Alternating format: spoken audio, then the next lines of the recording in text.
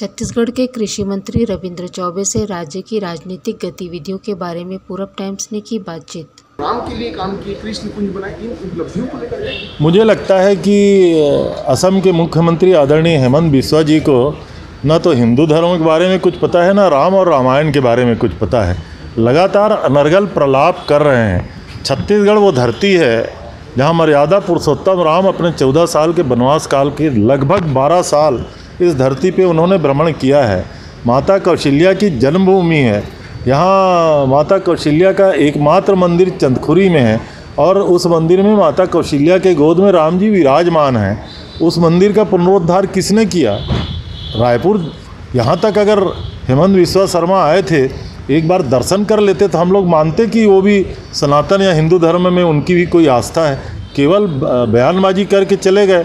छत्तीसगढ़ में भूपेश जी की सरकार ने हर गांव के मानस मंडलियों की प्रतियोगिता का कार्यक्रम शुरू किया, उनका पुरस्कार का कार्यक्रम शुरू किया, राज्य स्तरीय सम्मेलन होता है, राम वनगमन परिपथ का पूरा निर्माण हो गया है। कल हरचौका गए थे माननीय मुख्यमंत्री जी, वहाँ से लेकर रामाराम तक पूरे छत्तीसगढ़ में जहाँ जहाँ भगवान प्रभु राम के पदचिन्ह हैं वहाँ वहाँ हम लोगों ने संवारने का काम किया है। मुझे लगता है कि हेमंत बिस्वा शर्मा को मैं नहीं समझ पा रहा हूँ कि हिंदू धर्म के बारे में या सनातन के बारे में कुछ ज़्यादा ज्ञान है। भाजपा लेकिन लगातार इसी तरह के बयान दे रही, तो आप लोग भी क्या अपनी भारतीय जनता पार्टी के पास ना तो कोई मुद्दे हैं, ना आम जनता तक पहुँचने का कोई विषय है। इसलिए वो केवल राम नाम की बैसाखी से पार होना चाहते हैं। लेकिन छत्तीसगढ़ की जनता समझदार है। उनके इस तरीके से कार्य करने से और बातें करने से मैं नहीं समझ पा रहा हूँ कि वो छत्तीसगढ़ की जनता का दिल जीत पाएंगे।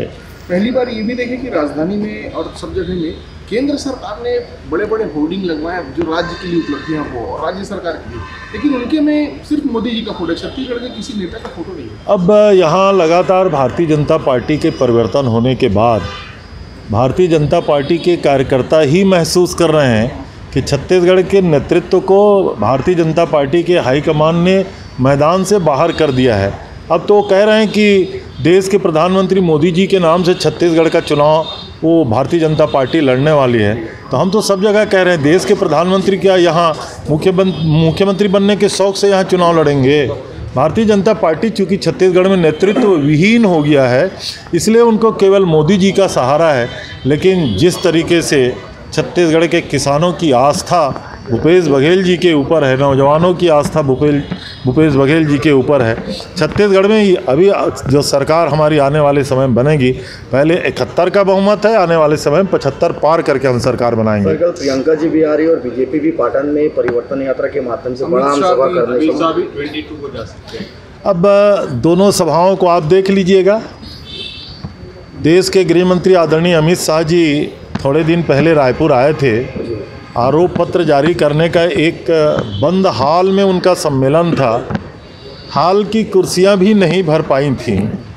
तो आदरणीय प्रियंका जी की कार्यक्रम की तुलना आप अमित शाह जी के कार्यक्रम से ना करें। छत्तीसगढ़ में जो महिलाओं के लिए, सेल्फ हेल्प ग्रुप के लिए, बिहान की महिला समूहों के लिए और गौठान की महिला समुदाय के लिए और पूरे छत्तीसगढ़ के महिलाओं की समृद्धि के लिए जो हमने काम किया है, उसकी झलक आपको कल आदरणीय प्रियंका जी के भिलाई के कार्यक्रम में देखने को मिलेगा। सर, जो 33% आरक्षण जो केंद्र कैबिनेट मिला है, इसमें सोनिया गांधी ने कहा कि ओबीसी, एसटी सभी को इसमें अंदर लाना चाहिए। आदरणीय सोनिया जी ने जो कहा वो देश की वास्तविकता है। आप पूरे देश को भ्रम की स्थिति में क्यों डालना चाहते हैं?